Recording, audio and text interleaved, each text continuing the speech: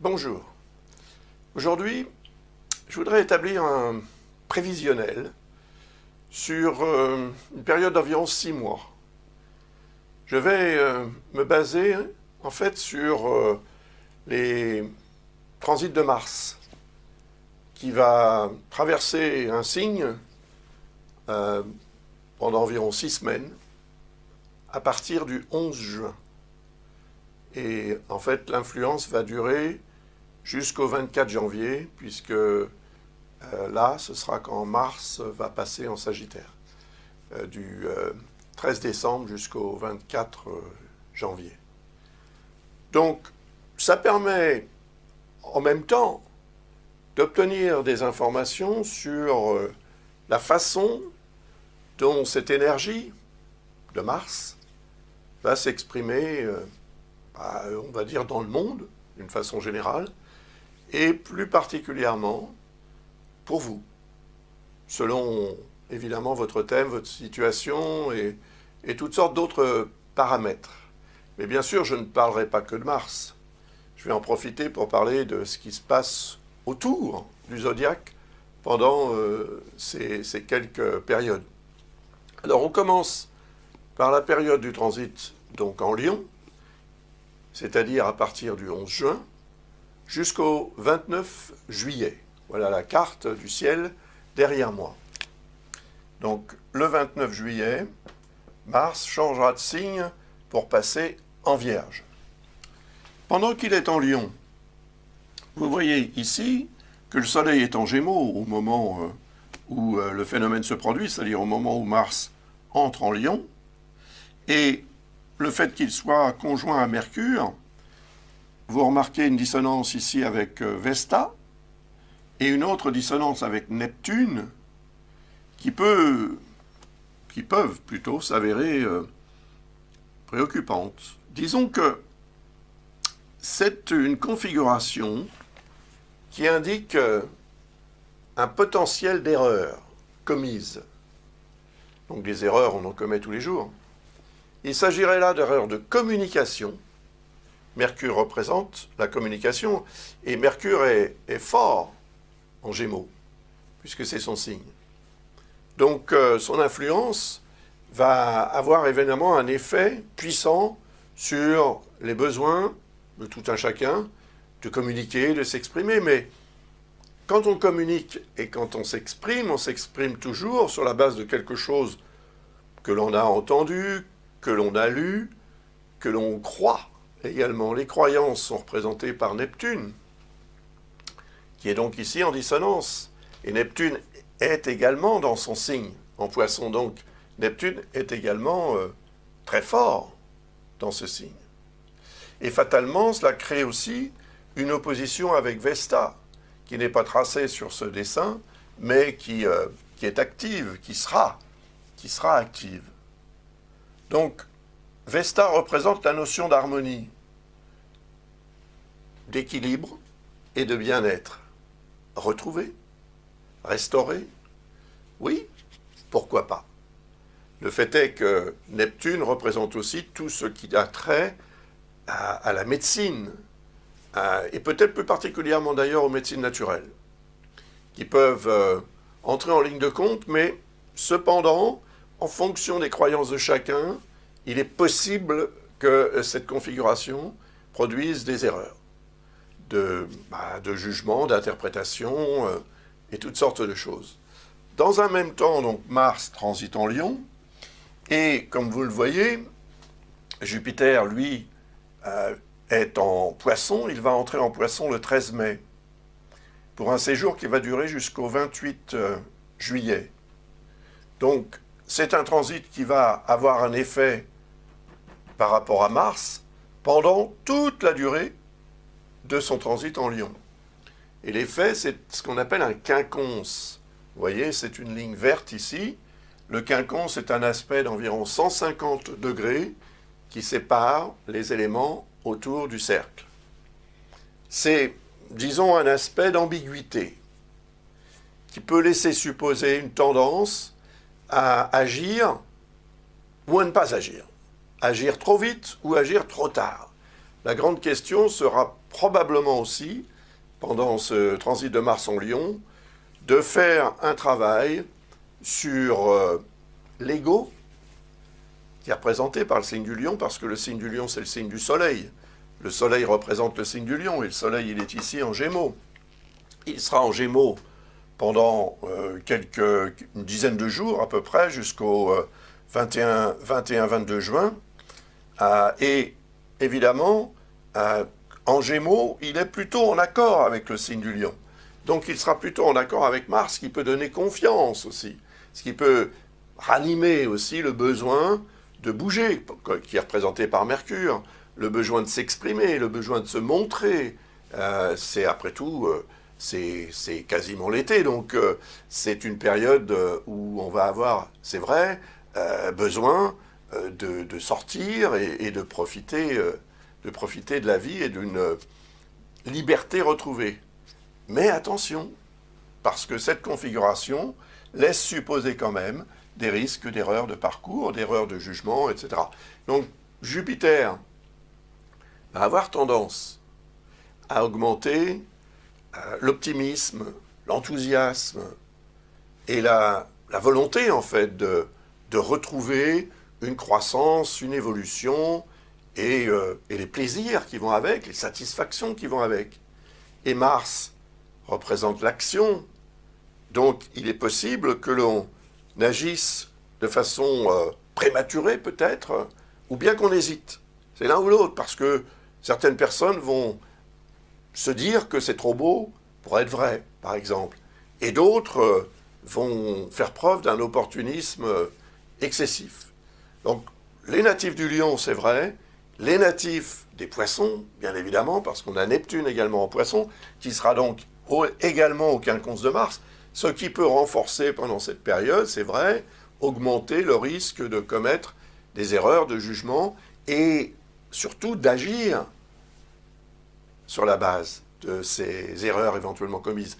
Donc, à partir du moment où cette erreur n'est pas prise en considération, où l'on considère même peut-être qu'elle n'est pas une erreur, on va s'engager avec davantage de force pour imposer quelque chose qui risque à un moment donné d'être source de déception. Pendant cette période de transit de Mars en Lion, il faudra faire un effort de vigilance, parce que l'ego, c'est aussi le côté, disons, la fierté, hein, et le besoin d'avoir raison, donc le besoin de s'imposer sur la base de quelque chose que l'on veut être vrai, et que l'on croit, qu'on en a besoin de croire. C'est là que des erreurs peuvent être commises. Mais, par ailleurs, Mars, en Lion, sera en harmonie avec Chiron en Bélier. Ça, c'est plutôt sympathique, parce que Chiron représente toutes les questions de santé. Donc, ça veut dire qu'il y aura un dynamisme important mis au service de la santé. Et Mars représente, par exemple, les aiguilles, hein, qui servent à faire les vaccins, tout ce qui est métallique, tout ce qui est objet tranchant, pointu, etc., est représenté par Mars en astrologie.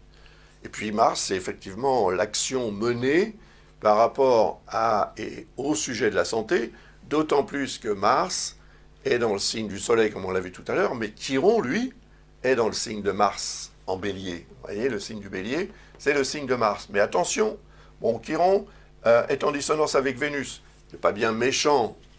C'est pas bien méchant. Ça veut dire que certaines personnes, peut-être les natifs, certains natifs du Bélier, certains natifs du Cancer, où se trouve Vénus, peuvent être marqués par quelques déceptions affectives, par exemple. Des petits moments comme ça, un peu troublants, qui peuvent même peut-être les rendre un peu malades, pourquoi pas.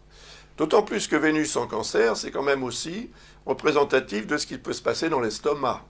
Le Cancer représente cette zone, cet organe, et sa fonction, qui peut être un petit peu, disons, déstabilisée, surtout si un souci affectif ou sentimental, évidemment, apparaît. La contrariété peut agir sur la digestion.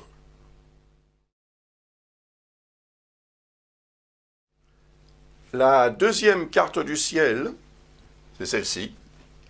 Elle a été établie pour le moment de l'entrée de Mars en Vierge, c'est-à-dire 29 juillet.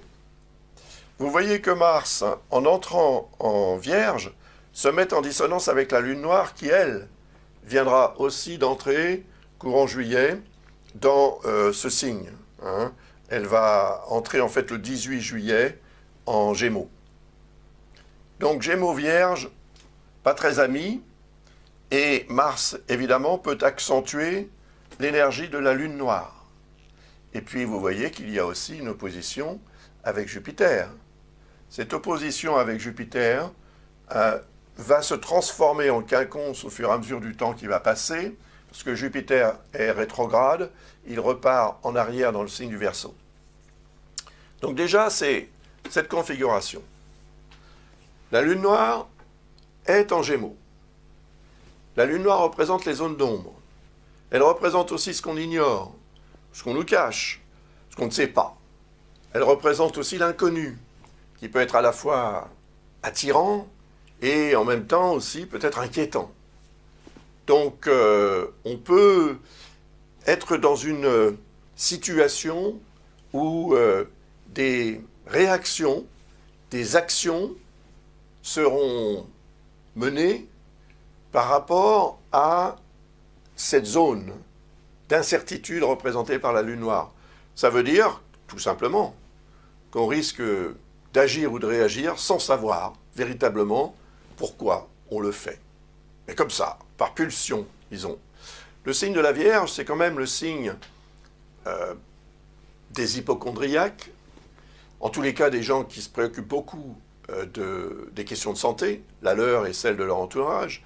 C'est certainement aussi pour ça peut-être qu'on trouve beaucoup de médecins nés sous ce signe de la Vierge ou qui ont des clusters, des configurations importantes qui impliquent ce signe dans leur thème. Mais bon, le fait est que ce transit de Mars en Vierge va aussi nous rendre tous, plus ou moins, mais plus que moins, très méticuleux, plus méticuleux en tous les cas, avec cette tendance à focaliser sur des détails et à réagir sur la base de ce détail sans trop se préoccuper de l'ensemble auquel appartient ce détail.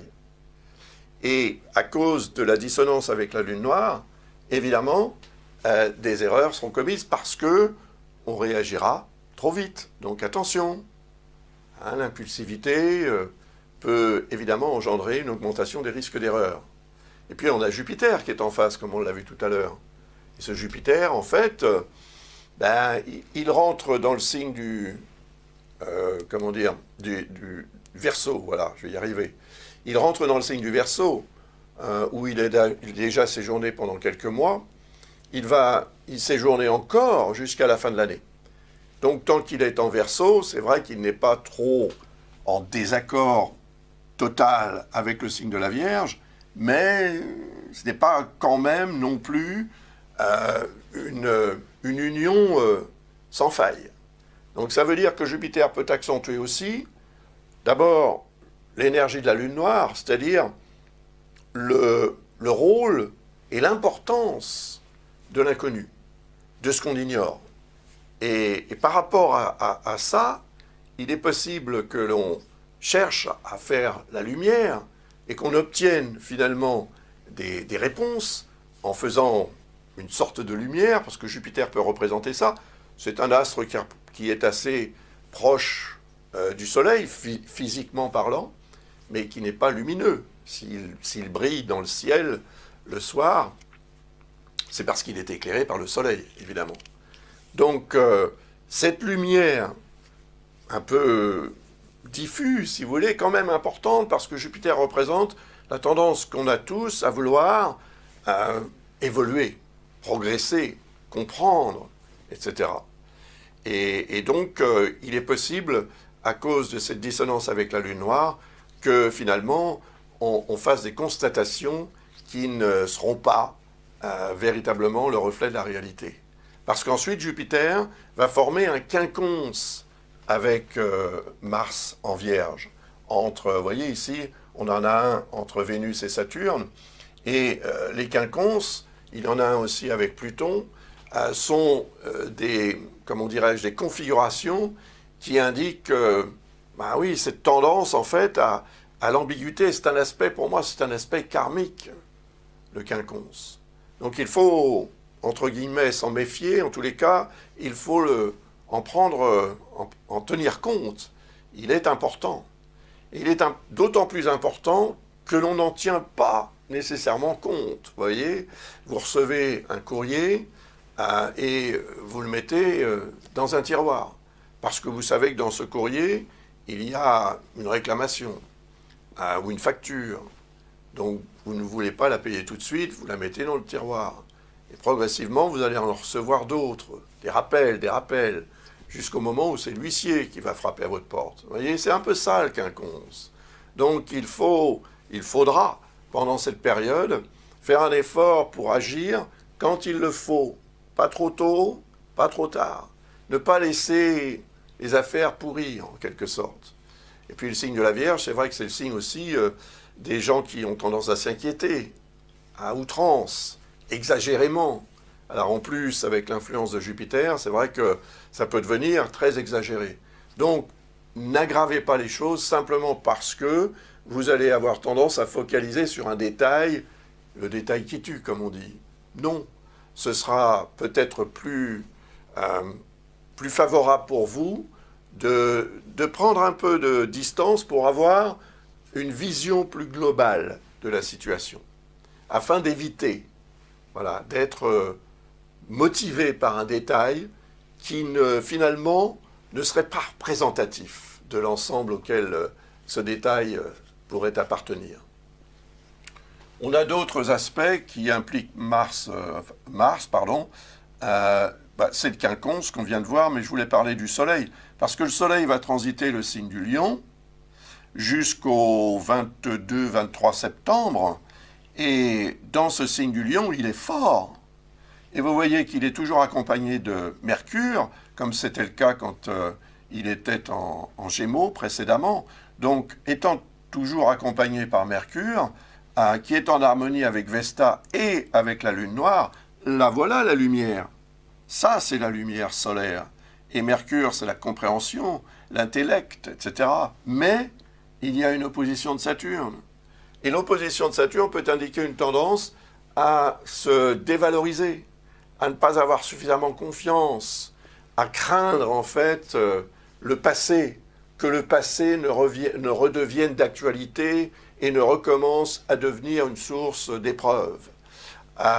Mais en faisant vraiment ce qu'il faut pour éclairer vos lanternes, votre lanterne, dans un domaine ou dans un autre, sachant que la Lune noire est dans le signe de Mercure qui est conjoint au Soleil en harmonie avec la Lune noire et en harmonie avec Vesta qui représente justement l'harmonie, eh bien, il sera possible, peut-être davantage d'ailleurs pour les natifs des Gémeaux, pour les natifs du Lion, pour les natifs de la Balance, du premier décan, mais tout le monde a quelque chose dans ces signes-là, donc ça va aussi intervenir dans la vie de tout un chacun. Mais peut-être davantage pour ces trois signes. Ils seront certainement plus efficaces dans leur façon de fonctionner, autant mentalement que physiquement. Donc ça peut aider beaucoup, ça peut les aider beaucoup à gérer des situations complexes avec facilité, dans la simplicité. Il ne faut pas oublier que tout ce qui est relié au signe des Gémeaux représente la nécessité de faire les choses le plus simplement possible, avec spontanéité et intelligence. Ensuite, à partir du 15 septembre, comme c'est indiqué là-haut, 15 septembre à 0h15, donc vraiment au tout début de la journée, Mars va pénétrer dans le signe de la Balance. Il va y séjourner jusqu'au 30 octobre.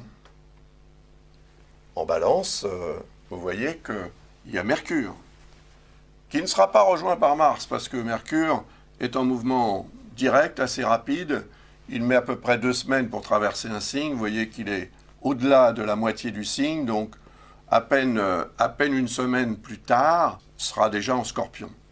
Donc on va surtout, évidemment, se concentrer sur Mars, qui lui va mettre 6 semaines pour traverser le signe de la Balance.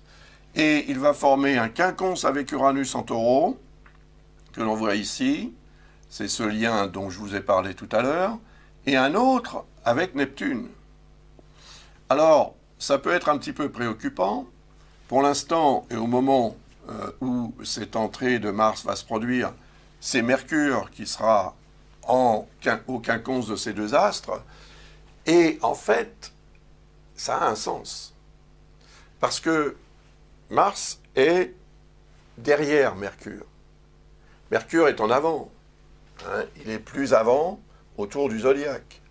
Donc là, c'est quelque chose qui est représentatif de ce que l'on pourrait, sur la base de ce que l'on croira ou de ce qu'on nous fera croire, sur la base de ce qu'on voudra changer ou des changements qu'on nous imposera ou qui nous sera imposé d'une manière ou d'une autre, il est possible que l'on ait une réflexion, une analyse. Mercure représente nos capacités quand même intellectuelles, donc de réflexion et d'analyse. Et peut-être qu'à cette époque, on pensera, dira, échangera ou lira quelque chose qui sera ou deviendra très rapidement une source d'interrogation. Et selon la façon dont on va gérer cette interrogation, qui peut devenir un trouble, en fait, qu'est-ce qui se passe? C'est le genre de réaction que l'on peut avoir. Que se passe-t-il? Je ne comprends pas. Donc si je ne comprends pas, je me mets un peu en retrait, j'évite de m'impliquer, mais pourtant, certaines personnes, peut-être trop volubiles, trop bavardes, ou trop dans la communication, trop cherchant trop à savoir les choses, etc., pourraient se retrouver après dans l'embarras. Après, c'est quand Mars va arriver quasiment là où se trouve Mercure le 15 septembre, et ce sera dans la première quinzaine d'octobre. Donc, ça veut dire qu'il y aura un risque de répercussion parce que Mercure représente la parole et Mars représente le geste, c'est-à-dire l'action qui devrait aller de pair avec la parole.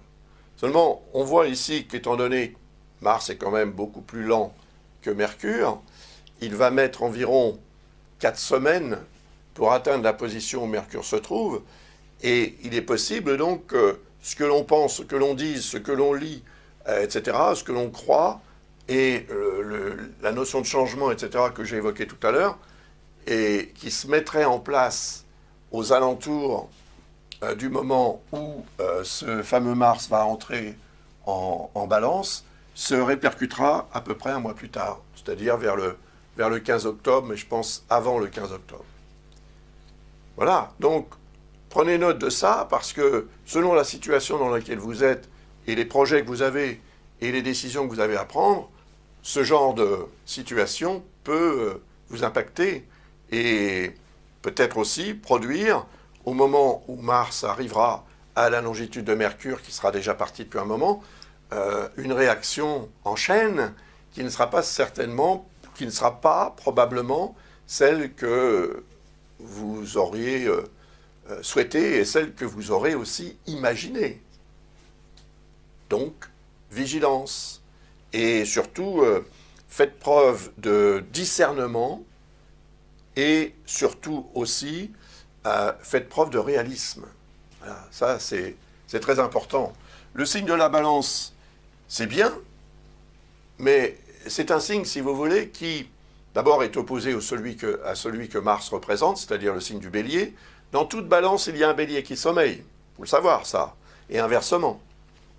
Donc il y a une recherche, là, quand même, d'harmonie, d'équilibre, voilà, retrouver, restaurer, préserver. On va peut-être, Mars représente aussi la capacité à se battre. se battre pour l'harmonie ou l'équilibre retrouvé. Pourquoi pas? Mais au départ, il faut que les choses soient comprises. Vous voyez, Vesta n'est pas très loin de Mercure, et Vesta, dans l'astrologie que je pratique, est reliée au signe de la Balance, et Vesta est en désaccord avec Pluton. Ça veut dire qu'il y a quelque chose quand même comme un sacrifice à envisager. Et si on fait, comment dirais-je, on ignore ce sacrifice ou on fait mine de l'ignorer, c'est un sacrifice, c'est un effort à faire, c'est quelque chose qu'on doit lâcher, qu'on doit accepter de perdre en vue d'une amélioration éventuelle. C'est ça. Est-ce qu'on sera capable de gérer cette situation?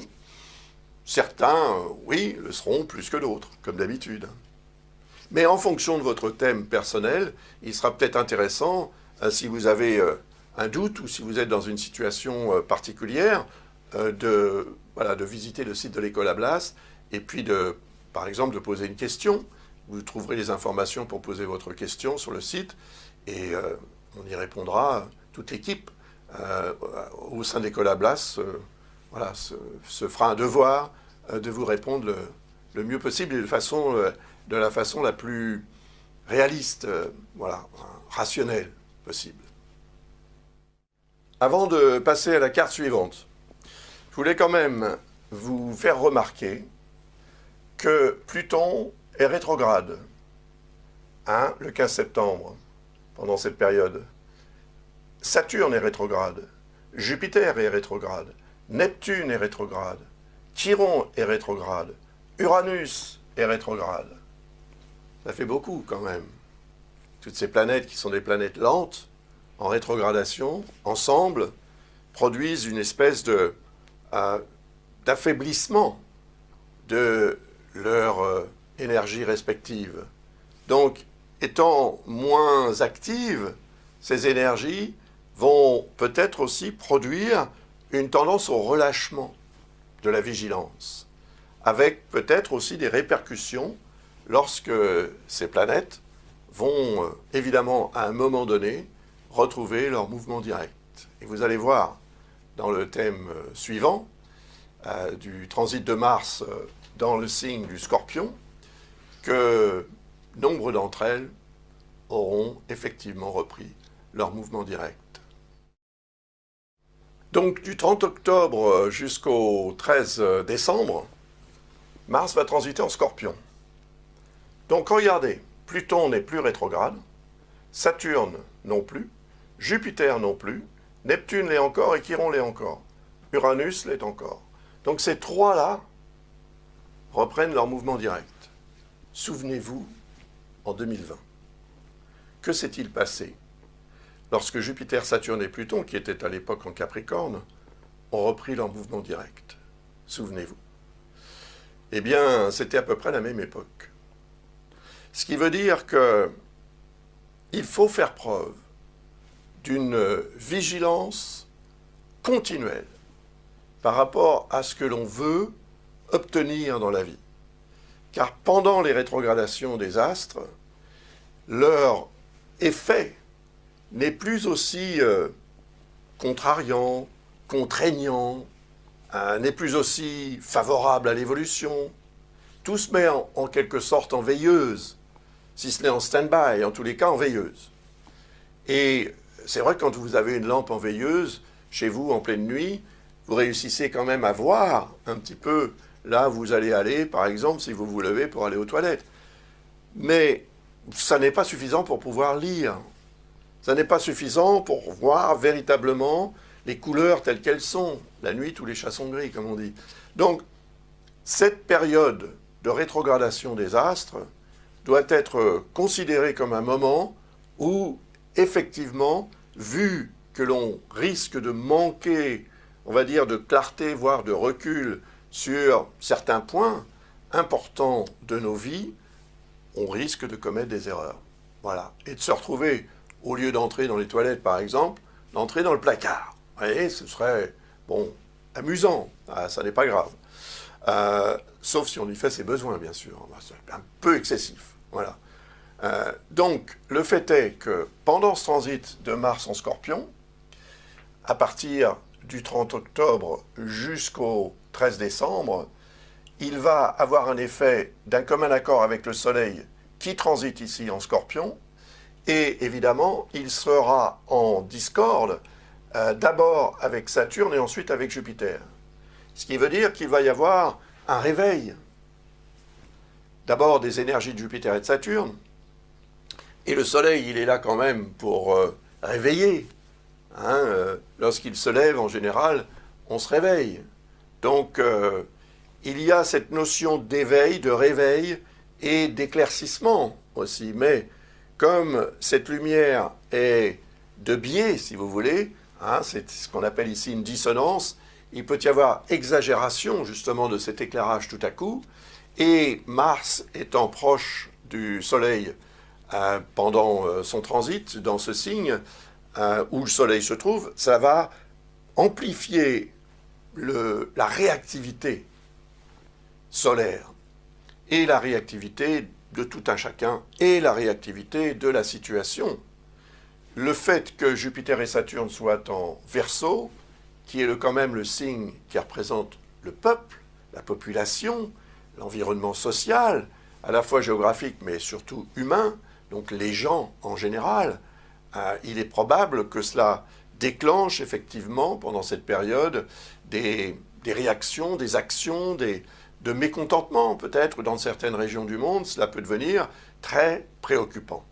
Donc dans la vie de tout un chacun, cela va se traduire par une tendance et un besoin effectivement de prendre entre guillemets le taureau par les cornes et de s'attaquer à la fatalité qui est représentée par Saturne pour imposer l'amélioration, l'évolution, la croissance et le mieux-être, si vous voulez, représenté par Jupiter. Mais ce ne sera pas disons, une partie de plaisir. Il est fort probable que cette période soit marquée par des incidents divers.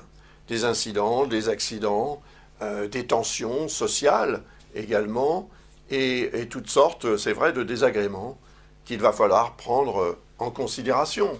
Après, Mars va continuer son transit, et vous voyez que quand il va arriver ici, à la longitude de Vesta, qui sera, elle, un petit peu décalée, Vesta est quand même très lente par rapport à Mars, pratiquement 2 fois la lenteur de Mars, et Vesta est en harmonie avec Neptune, donc Mars va arriver ici et se mettra en harmonie avec Neptune. C'est une bonne chose, bien qu'il y ait toujours une dissonance avec Jupiter, c'est une bonne chose, parce que Neptune représente aussi l'intuition, le 6e sens, qui peut intervenir de façon positive. On va ressentir jusqu'où on peut aller, pour ne pas mettre en péril, si vous voulez, cet équilibre, cette harmonie et ce bien-être représenté par Vesta. Mais ces astres sont dans le signe du Scorpion, qui est le signe de Pluton. Donc encore une fois, ça veut dire qu'il y aura nécessité quand même d'accepter certains sacrifices. C'est le prix à payer pour cette évolution représentée par Neptune, dans le sens où Neptune représente quand même un niveau, à la fois un niveau de conscience et un niveau de réalisation qui va au-delà de ce qu'on peut imaginer. Neptune, c'est la connexion avec la dimension spirituelle, donc connectons-nous. Et puis c'est aussi l'univers des sciences parallèles, dans le sens où Neptune représente aussi l'âme, donc les sciences de l'âme, la psychologie, la psychanalyse, mais également les médecines naturelles, qui sont représentées par Neptune. Donc elles peuvent avoir un effet positif, à la fois sur nous, mentalement, et physiquement ou physiologiquement, selon les besoins, bien sûr. Pour terminer ce petit tour d'horizon des 6 mois à venir à partir du mois de juin, le transit de Mars en Sagittaire, signe de feu, avec le Soleil également, mais le Soleil va y séjourner encore à peu près 8 jours, alors que Mars y séjournera 6 semaines jusqu'au 24 janvier, du 13 décembre jusqu'au 24 janvier, 13 décembre, 9h54. Alors, ce transit de Mars, ici, va avoir un effet sur le nœud lunaire sud qui s'apprête en fait à passer dans le signe du Scorpion, mais qui n'y sera pas encore. Et donc cette conjonction, elle est intéressante parce que le nœud lunaire sud représente effectivement ce que l'on doit lâcher, abandonner, pour aller vers le lunaire nord. J'en ai souvent parlé parce que cet axe Gémeaux-Sagittaire montrait à quel point il fallait faire un effort sur la simplicité du dialogue représenté par le signe des Gémeaux, au dépens en fait de la difficulté, de la complexité représentée par le nœud sud en Sagittaire. Donc abandonner toutes sortes de façons d'exprimer les choses pour que personne ne comprenne et d'aller vraiment vers la simplification des termes afin que justement tout le monde comprenne. Parce que c'est ça qui permet aussi de rallier les autres à soi, à sa cause. Donc là, on a une dissonance avec Jupiter. Cela dit, c'est une dissonance qui représente cette tendance qu'on peut avoir à vouloir tout à la fois.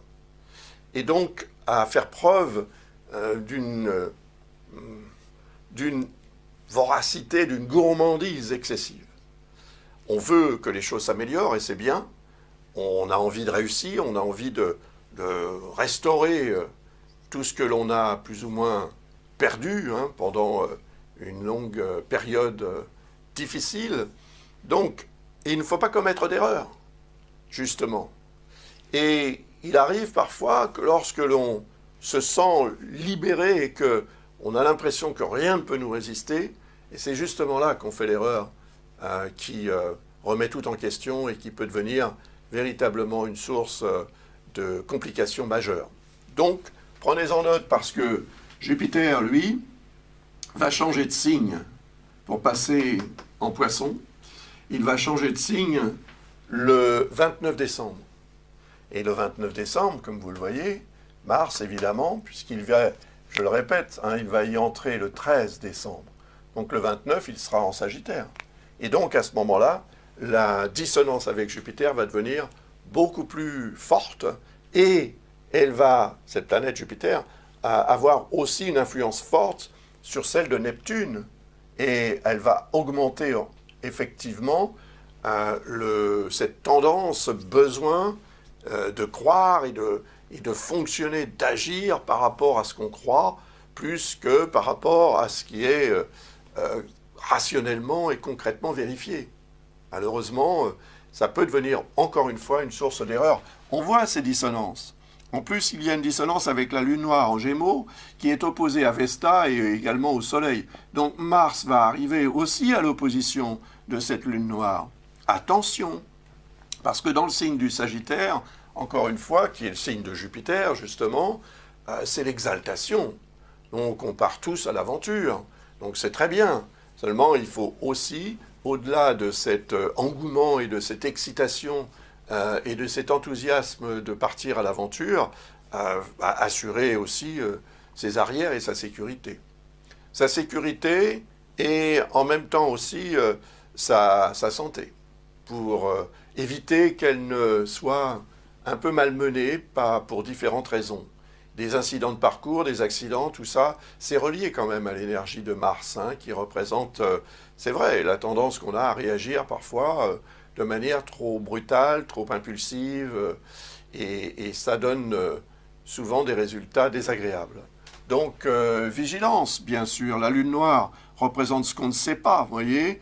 Et là, on est dans une logique, en fait, d'ignorance qui peut servir ceux qui croient savoir et qui peuvent avoir tendance à influencer ceux qui ne savent rien ou qui pensent ne rien savoir et leur laisser croire, en fait, à des balivernes. Voilà. Donc, il faudra, pendant cette période, étant donné que c'est aussi l'approche, évidemment, des fêtes de fin d'année, au cours desquelles on se lâche, bien sûr, on a besoin de se retrouver en famille, et on fait aussi des excès au niveau des dépenses. Et donc, tout cela peut ensuite nous rattraper lorsque la nouvelle année sera venue. Et elle va venir, évidemment, le 1er janvier. Mais Mars, le 1er janvier, sera toujours en Sagittaire jusqu'au 24. Et après, il passera en Capricorne. Et là, le signe du Capricorne, c'est quand même le signe qui représente les réalités. Donc si ces réalités n'ont pas été gérées ou assumées ou reconnues telles qu'elles sont, il est fort probable qu'à partir du 24 janvier, quand Mars traversera le signe du Capricorne, eh bien, on soit confronté effectivement aux résultats. C'est-à-dire que le bilan devra être fait, et pour certains, ce bilan risque d'être un petit peu compliqué. Alors, les natifs du Sagittaire, bien évidemment, doivent être mis en garde, natifs des Poissons et natifs des Gémeaux aussi, bien sûr. Et en particulier ceux du deuxième décan, comme on le voit ici, puisque la lune noire est à 16, 15 ou 16 degrés. Et ici, on est à 14 avec Vesta. Et ici, on est à 20 avec, comment dirais-je, Neptune. Donc, c'est plutôt tout proche du troisième décan aussi. Mais globalement, disons que tous les natifs de ces trois signes peuvent être plus particulièrement impactés que les autres signes, bien sûr. Mais après, encore une fois, chacun, tout le monde a quelque chose dans ces trois signes. Donc, que ce soit une maison ou un astre ou autre chose, ces éléments-là seront impactés par ces configurations. Donc, c'est une fin d'année au cours de laquelle, encore une fois, la vigilance sera notre meilleur allié pour profiter au maximum des bonnes choses de la vie. Voilà, j'ai terminé cette analyse et comme je vous l'ai expliqué précédemment, si vous avez des questions à poser ou si vous souhaitez une analyse plus détaillée, plus approfondie, n'hésitez pas, visitez le site de l'école Ablas et c'est avec plaisir que je répondrai à votre attente dans les meilleurs délais. Au revoir et à bientôt.